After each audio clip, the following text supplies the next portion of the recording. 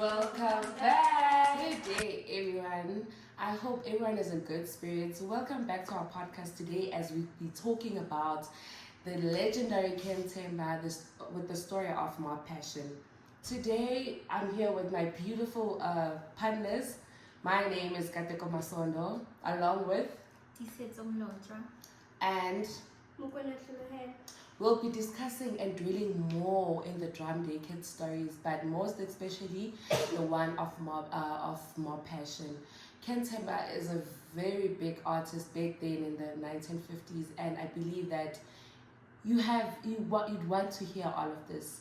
So stay tuned and make sure you have popcorns and you're ready to chill. Before we go through the story, I would like to define what the title means. So we know that a mob is a large group of people who act violently, while passion is being fascinated about something. So this title reflects on the tension amongst the two different ethnic groups in the story, which is the group of the Tlholohelo people and the Russian people. The reason why there's a conflict in the story is because of the apartheid laws and special planning, which created division amongst the black communities, creating these ethnic tensions. With all that being said, today we will be discussing the themes of race, gender, marginality, and the theme of space and rise to the city, as well as control, power, and identity. Get ready, get ready, get ready, get ready, get ready, get ready, get ready. I want you to jump. Get ready, get ready. Tlholohelo will be discussing the themes of power, identity, and control. Starting with power, the story of the mob passion uses power, the actions of the mob, to show that power can become dangerous and lead to destruction. So in the mob, people come together sharing the same feelings of anger and violent emotions, which can make them more fearless and confident. I think there are situations where us as humans, we become more confident when we are with other people, like a group of people. We are able to do things that we cannot do individually. So that's what's happening in the mob. People are more confident, they're fearless, they're able to do things that they cannot do on their own. Moving to identity.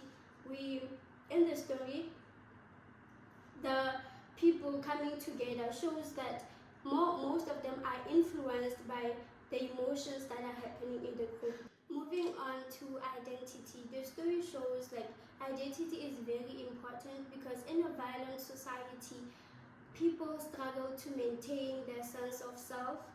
They forget about their values and beliefs. They act based on the mob. The story also shows that it is difficult to be an individual in a society where group pressure is very strong. And also, people when people come together, it is easy to influence one another because they share the same feelings, so they are easily influenced. And there's also situations where mostly in groups of friends, there is that one friend who likes to do their own things, but because of the group pressure that let's do this and this, it becomes an influence to that person to do things according to the group. Moving on to control. The control can be linked to the apartheid system. During the apartheid era, the government used fear and intimidation to control people. People had limited opportunities as well as resources. So in the story, people are controlled by fear and intimidation, which makes them act impulsively, makes them act without thinking. So for an example, if this building has to be on fire, I'll literally jump outside the window without even thinking about the consequences, whether I get hurt or anything. So that's what's happening in the story. People lack control because they have fear and they are intimidated by the government systems. So because of being in that situation, people cannot be controlled. Once the person in front starts saying Amandla,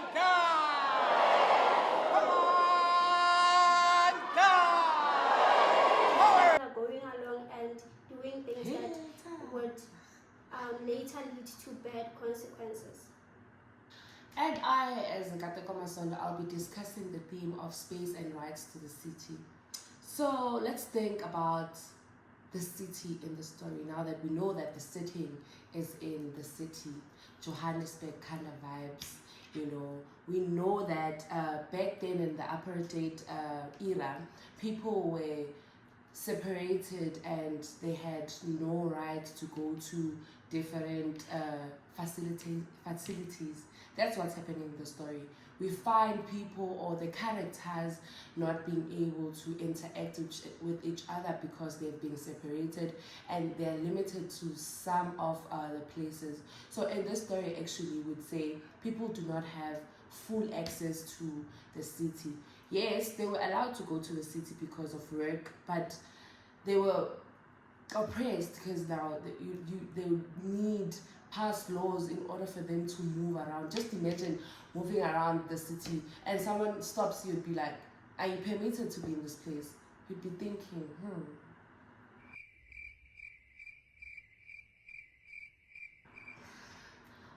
Oh well, so yeah, these past laws or these separations have made people in the story to become furious, to be like, why am I not being allowed to use this facilitation?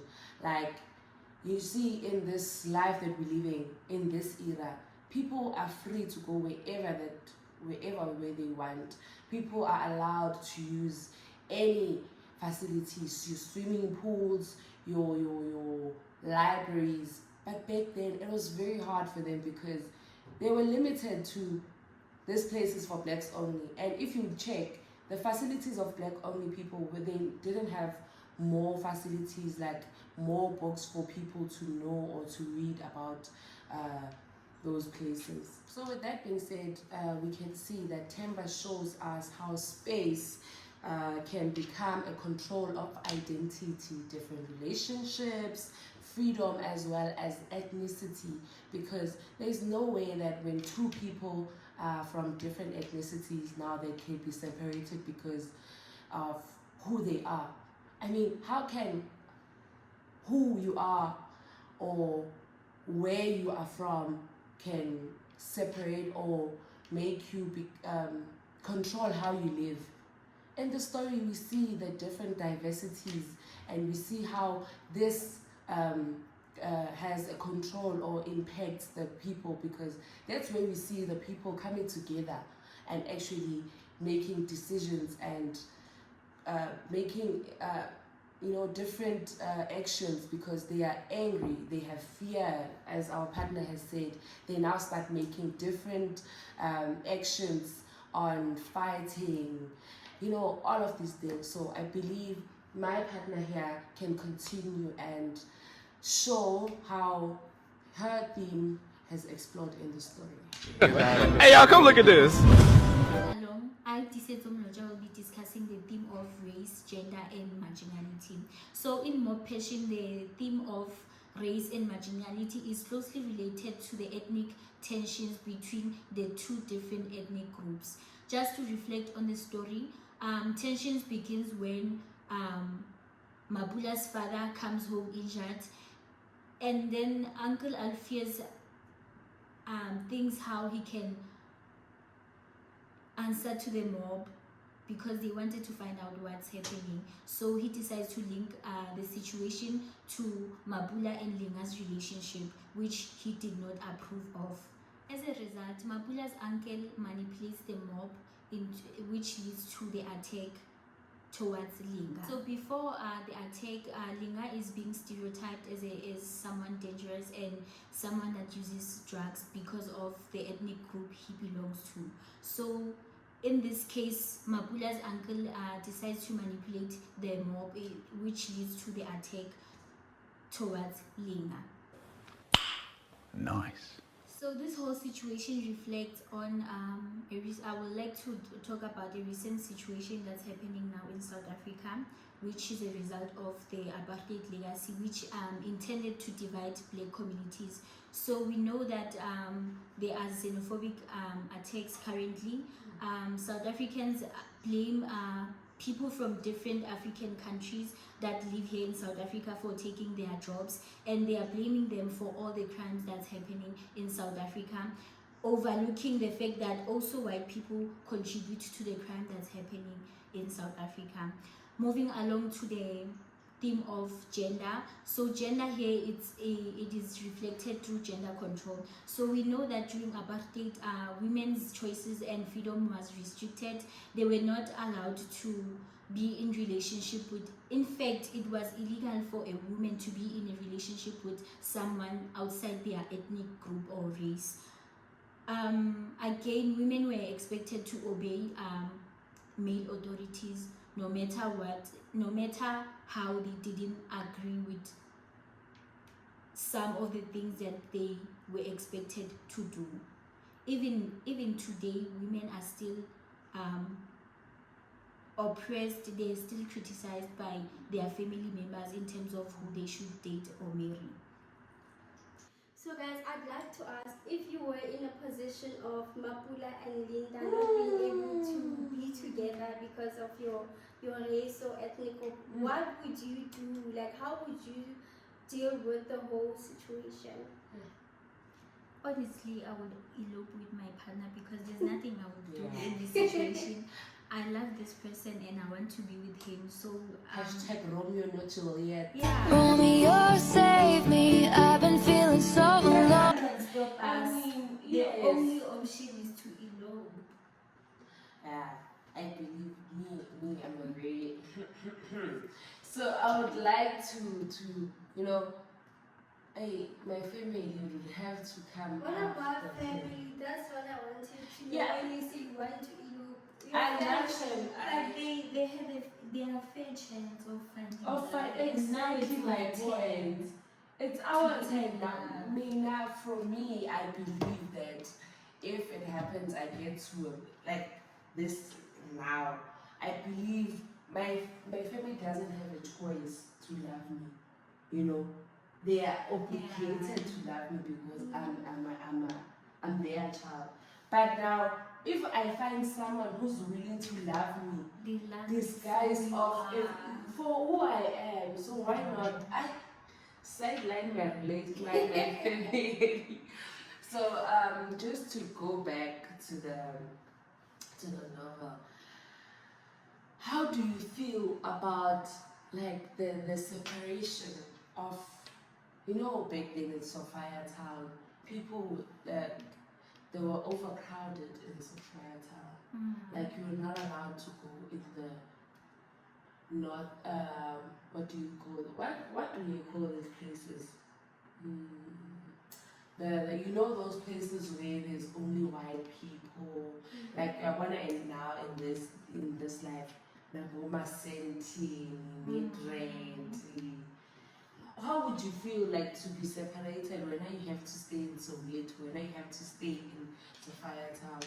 How would you react to that? And you know that opportunities are actually in the cities, your Johannesburg CBD or Pretoria CBDs.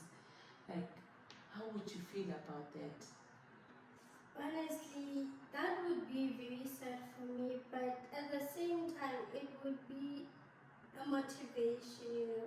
There are those black people who fought to be in high positions regardless of how they were treated, the position that they were in. So that would literally motivate me to fight for myself. To be Hashtag Amanda.